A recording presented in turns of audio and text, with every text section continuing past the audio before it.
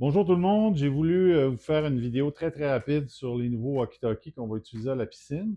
Il s'agit d'appareils vraiment idéal pour le groupe de sauvetage parce qu'ils peuvent aller dans l'eau. En fait, c'est pas pour la plongée sous-marine, mais on peut les échapper. Ils flottent, ils peuvent rester dans l'eau jusqu'à une demi-heure et ils sont extrêmement résistants au choc. On peut les échapper sans trop de soucis, même si au pire aller, on les échappe de la chaise, ils vont résister.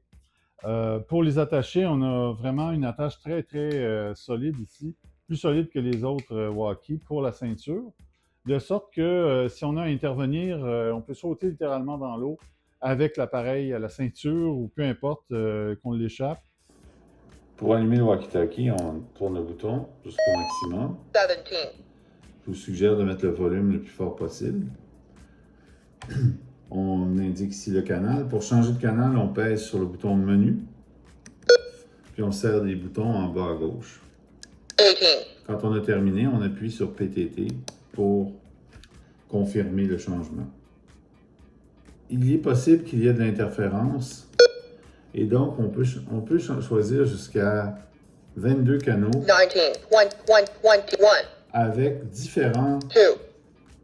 tonalité, c'est le chiffre qui est à droite ici. Donc, on peut aussi changer la tonalité si on repèse sur menu pour avoir d'autres combinaisons possibles de transmission qui fassent en sorte qu'on ne reçoive pas la transmission d'autres utilisateurs. J'attire votre attention sur le symbole I. C'est important de choisir un canal où c'est indiqué I parce que à ce moment-là, on a le maximum de puissance, c'est-à-dire 2 watts pour ces appareils. Ce qui fait que c'est préférable sur les sites comme celui de la plage de Verdun, par exemple. 3. 4. 5. 6. 7. 8. Alors, 9. vous voyez, par exemple, ces canaux-là ne 8. sont 7. pas à high. Donc, c'est 8. préférable 9. 10. de 11. monter vers une 12. fréquence 13. 14. 15. qui est en mode 2 watts. Il est possible de verrouiller les commandes en appuyant longtemps sur menu.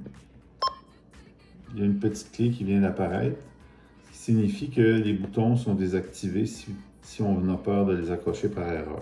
Ça peut être une bonne fonction à utiliser pour éviter que quelqu'un change la programmation de l'appareil. C'est à peu près tout. À part ça, j'espère que ça va être utile. Moi, personnellement, je les utilise beaucoup ici et aussi à la plage de Verdun parce que c'est très pratique de communiquer avec les gens de la réception ou les gens dans le bureau de la coordination pour éviter d'avoir à marcher, à courir, à siffler, à crier ou peu importe. Alors voilà, j'espère que vous les trouverez utiles et s'il y a des questions, n'hésitez pas à venir me voir.